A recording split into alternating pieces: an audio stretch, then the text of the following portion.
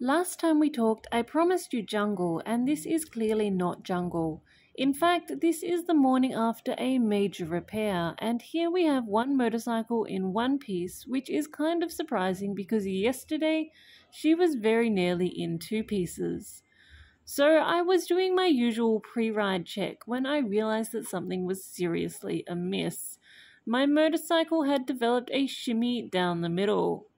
Now the 690 Enduro doesn't have a subframe, everything bolts into the rear fuel tank, and as you can see, those bolts are not doing so well. In fact, it's actually the bushings or the spacers, I'm not sure what we're going to call it. It's polyurethane, it goes around the bolt and it's important. Fortunately for me, I had the great transnational motorcycling family to fall back on. I knew that if I could just nurse the bike back to Alexi's workshop, he would help me sort it all out. Alexei is an engineer constructor from Siberia, and he's a very resourceful man, which was just what I needed because, as you can see, we have a traffic jam going on, and this is the sleepy town of Kampot. What is happening? It is Khmer New Year, and all the shops are going to be closed for a few days of crazy festivities. I'm down for a street party as much as the next person, but this means that chances of buying any kind of materials to repair my motorcycle are going to be seriously limited. Not to worry, however, we have two different sizes of silicone hose, and out of these two different pieces of silicone hose, Alexei soon manufactures a replacement set of spacers for me.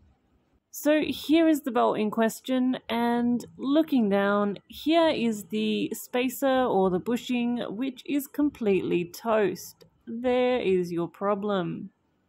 Now, without these little bits of plastic working as they should, your whole motorcycle is going to bend and shimmy until the bolts break, which is obviously not a desired outcome.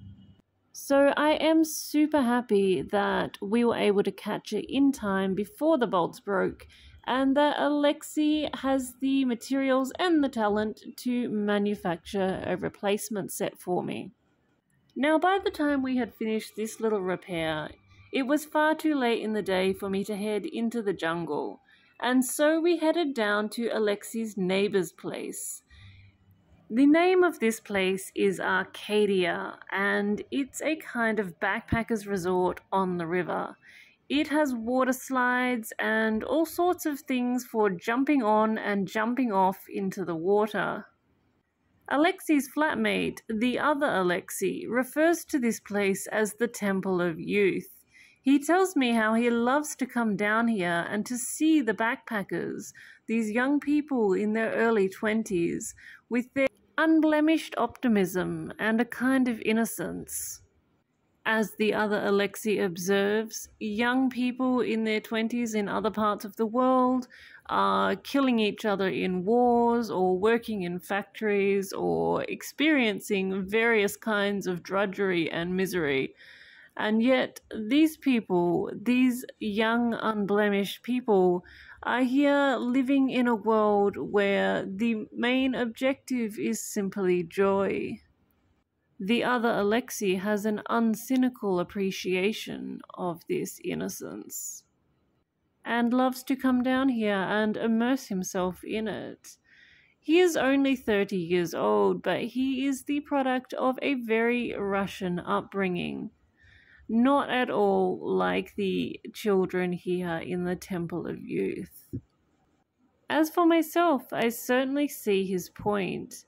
And my own 20s were certainly not the pursuit of joy that we see going on around us here. But in a way, I find that I am living my life in a slightly backwards fashion, having had a very serious early youth.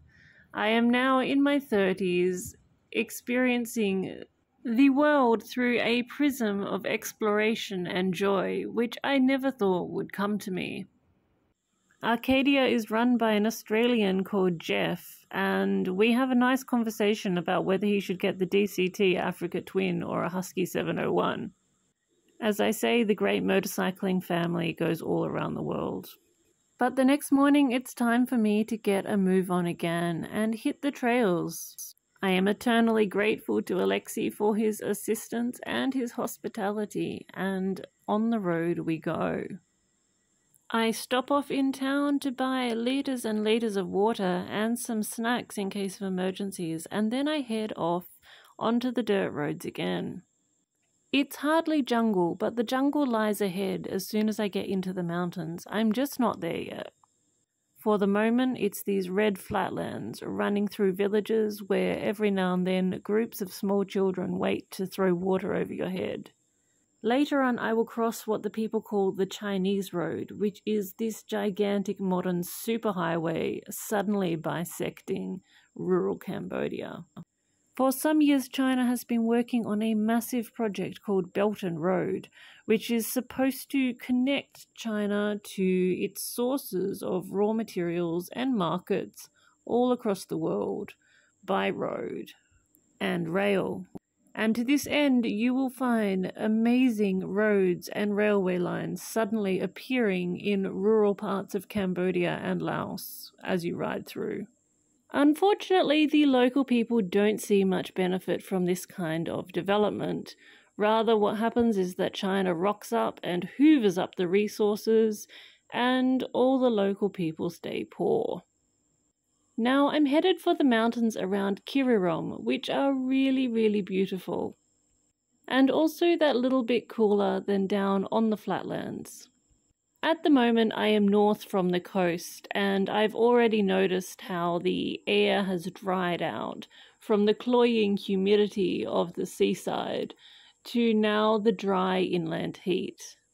With my new homemade spaces, the bike is eating up these roads very happily, but I am still not happy with my luggage setup. As I've said before, it is a homemade setup and I do not feel that it's properly secured. And this bothers me a bit when we're hitting the whoops at pretty high speeds.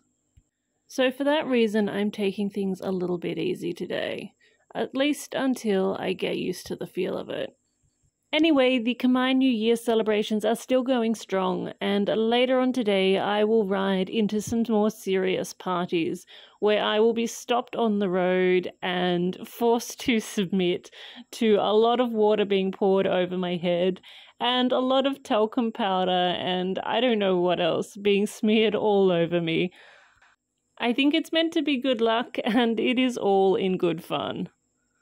I am also riding into a gigantic storm, but I will tell you all about that later.